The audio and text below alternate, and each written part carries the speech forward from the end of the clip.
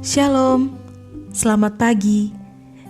Jemaat yang dikasihi Tuhan, mari bersama kembali merenungkan firman Tuhan terbitan Suluh Injil, edisi hari Jumat 18 Juli 2025. Firman Tuhan terambil dari kitab Injil Markus pasal 12 ayat 28 sampai ayat 30 dan kitab 1 Petrus 1 ayat 13 sampai dengan ayat 15. Nas firman Tuhan hari ini, kasihilah Tuhan Allahmu dengan segenap akal budimu, dan tema renungan adalah mendidik anak mengasihi Tuhan.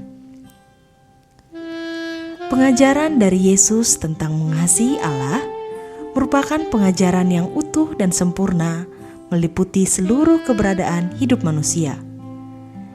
Kita telah belajar bersama bagaimana mengasihi Allah dengan segenap hati dan segenap jiwa.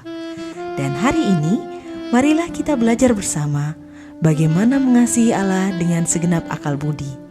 Karena Tuhan mau kita mendidik anak-anak kita mengasihi Allah dengan segenap akal budi.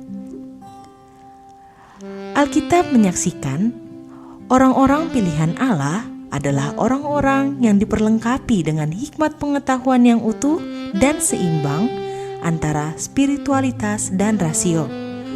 Sebagai contoh, Musa disebut sebagai orang yang dididik dalam segala hikmat, dan Daniel dan kawan-kawannya disebut 10 kali lebih cerdas daripada semua ahli. Kecerdasan dan hikmat orang-orang ini dikaitkan dengan lingkungan belajar mereka. Kalau Musa belajar di istana Firaun di Mesir, Daniel dan kawan-kawannya belajar di istana Nebukadnezar di Babel. Tetapi, apakah kepintaran mereka karena didikan guru-guru Mesir dan Babel? Firman Tuhan mengatakan, Allah memberikan pengetahuan dan kepandaian tentang berbagai sastra dan hikmat. Yang artinya, Allah yang memberikan, bukan manusia. Menghadapi rupa-rupa ajaran, orang Kristen diingatkan untuk menyiapkan dan memakai akal budi dengan bijaksana. Hal ini bukan demi menunjukkan kepintaran intelektual, melainkan untuk melayani spiritualitas. Sebab apa yang menjadi musuh bagi kerohanian, pasti menjadi musuh bagi akal budi. Dan apa yang dilawan oleh kekuatan rohani, harus dilawan juga dengan kekuatan akal. Dosa dan kejahatan bukan hanya musuh rohani, tetapi juga musuh intelektual.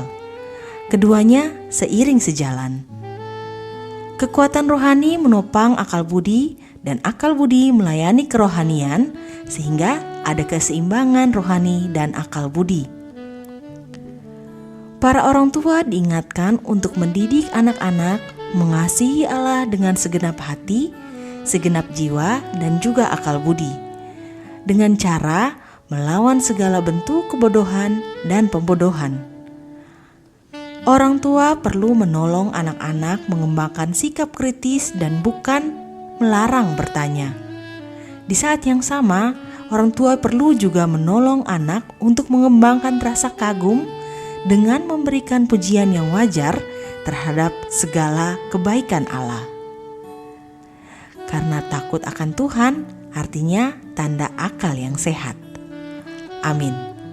Demikianlah firman Tuhan hari ini. Damai sejahtera menyertai kita semua. Shalom.